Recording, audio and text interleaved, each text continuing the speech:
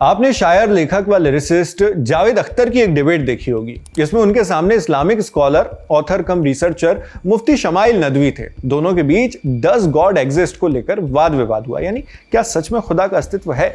20 दिसंबर को हुई यह बहस इन दिनों काफी चर्चा में, खासकर सोशल मीडिया पर। डिबेट को मॉडरेट लल्लन टॉप के एडिटर सौरभ द्विवेदी कर रहे थे। तो मुमकिन है कि आपने इसे लल्लन टॉप के यूट्यूब और सोशल मीडिया चैनल्स पर देखा हो। नहीं देखा तो डिस्क्रिप्शन बॉक्स में दिए लिंक पर जाकर पूरी बहस देख सुन सकते हैं।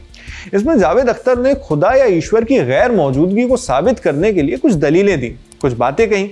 इस डिबेट से पहले उन्होंने एक और मुद्दे पर कुछ दलीलें दी थी। ये बीते साल की बात है, 2024। 80 साल के जावेद अख्तर सपन वर्मा के शो चिल सैश में गए थे। वहां बातचीत के दौरान कॉमेडी शोज में गालियों के प्रयोग पर, जो स्टैंड अप कॉमेडी होती है उसमें गालियों के प्रयोग पर बात निकलती है।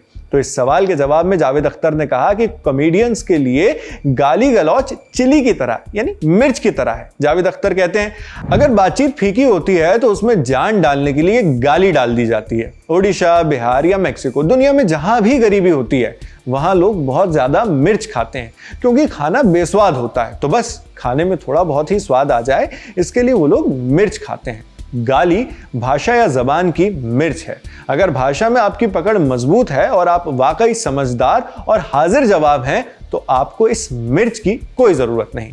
इतना कहते ही शो में मौजूद सभी लोग जोर जोर से ठहाके लगाने लगते हैं। शो में ईस्ट इंडिया कॉमेडी के को फाउंडर सपन वर्मा के साथ साथ कॉमेडियंस विश्व कल्याण रथ और श्रीजा चतुर्वेदी भी थे। तीनों हंसने लगे और जावेद अख्तर ने कहा, बातचीत अगर बेस्वाद हो जाती है तो आप उसमें गालियों का छौंका लगा देते हैं, बस उसे थोड़ी एनर्जी देने के लिए। इस पर सपन वर्मा रिएक्ट करते हुए बोले, सर आपने स्टैंड अप कॉमेडियंस को क्या काव्यात्मक रूप से इंसल्ट किया है। बुरा भी लग रहा है पर अच्छा भी लग रहा है। थोड़ा सा बुरा उन्हें इसलिए लग रहा था क्योंकि सपन वर्मा खुद भी एक कॉमेडियन है।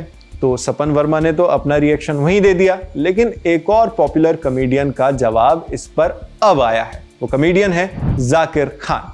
रिएक्शन में इस डिले की वजह यह भी है कि जावेद अख्तर की ये रील हाल ही में काफी वायरल हुई, इसीलिए जाकिर खान से उनके एक हालिया इंटरव्यू में उसको लेकर सवाल भी पूछा गया।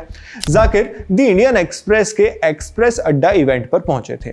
उनसे पूछा गया, जैसे जावेद अख्तर ने एक इंटरव्यू में कहा था कि कॉमेडियन आजकल जो गाली दे रहे हैं वो चिली या मिर्च की तरह है, क्योंकि उनके पास कंटेंट नहीं होता तो कुछ तीखा तड़का लगाने के लिए गाली का इस्तेमाल किया जाता है। आप इस पर क्या कहेंगे?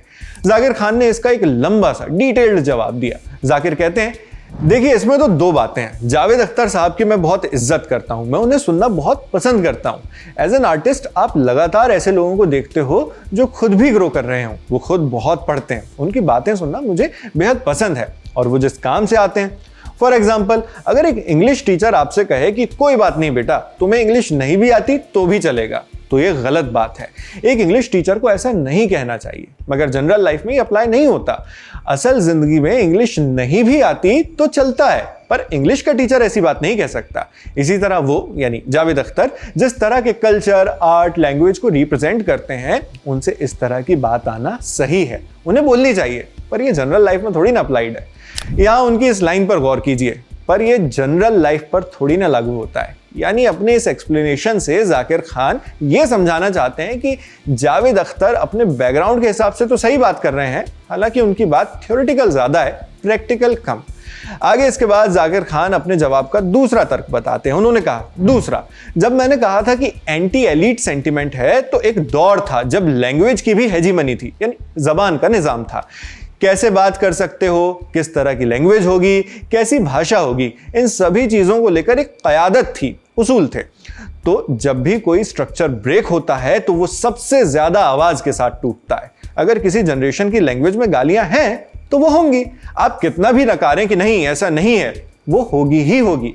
ये होता है और होता रहता है, अगली बार फिर से होगा, दोबारा फिर हो जाएगा। और जैसे जैसे आप लोग आगे बढ़ते हैं वैसे वैसे आप साफ सुथरे होते जाते हैं। हम भी पहले करते थे, फिर हमने भी एक स्टैंड लिया कि अच्छे और बेहतर लोगों के साथ उठेंगे बैठेंगे, क्योंकि ज्यादा पहुंच अगर आपको चाहिए तो उसका नियम ही वही है। अगर आपको घर घर तक पहुंचना है, जन जन तक पहुंचना है, तो कुछ चीजों से आपको हाथ पीछे खींचना ही होगा, ऐसा करना ही पड़ता है। हालांकि बात यह भी है कि आप हर वक्त लोगों को टोकते नहीं रह सकते कि उसने ऐसा कर दिया, उन्होंने वैसा कर दिया।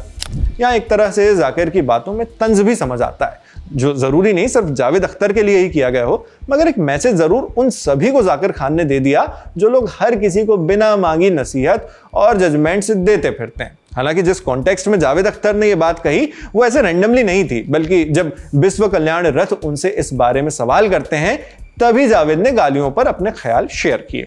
अब आगे जाकिर खान ने एक और बात स्पष्ट की कि ये उनका पर्सनल ओपिनियन है। जाकिर साफ करते हैं, ये मेरा पर्सनल मानना है, मतलब हो सकता है कि हमारी सोसाइटी और दुनिया का जो स्ट्रक्चर है वो है 4 कदम आगे 3 कदम पीछे। तो जब 4 स्टेप फॉरवर्ड होगा तो उसमें कुछ हो जाता है, फिर बाकी लोग कहते हैं कि अरे ये क्या कर रहे हो, तो हम लोग फिर उसे सुधारते हैं, और क्या। अब 4 स्टेप्स फॉरवर्ड और 3 स्टेप्स बैकवर्ड की इस थ्योरी पर आप क्या सोचते हैं? साथ ही जावेद अख्तर के ख्याल और जाकिर खान के तर्कों पर आपका क्या मानना है? हमें कमेंट बॉक्स में लिखकर जरूर बताएं। मैं हूं शेख नावेद, देखते रहिए दी लल्लन टॉप। यहाँ कबूतर एक पंख से उड़ता है और दूसरे से अपनी इज्जत बचाता है।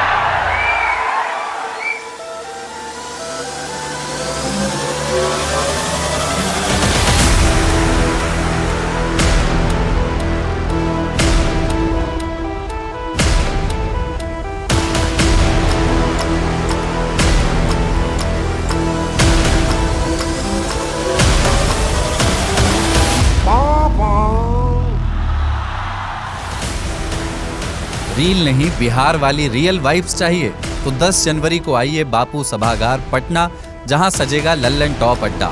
thelallanTop.com खोलो, बैनर पर क्लिक करो और तुरंत करो रजिस्टर और पहुंच जाओ पटना के सबसे जबरदस्त अड्डे में।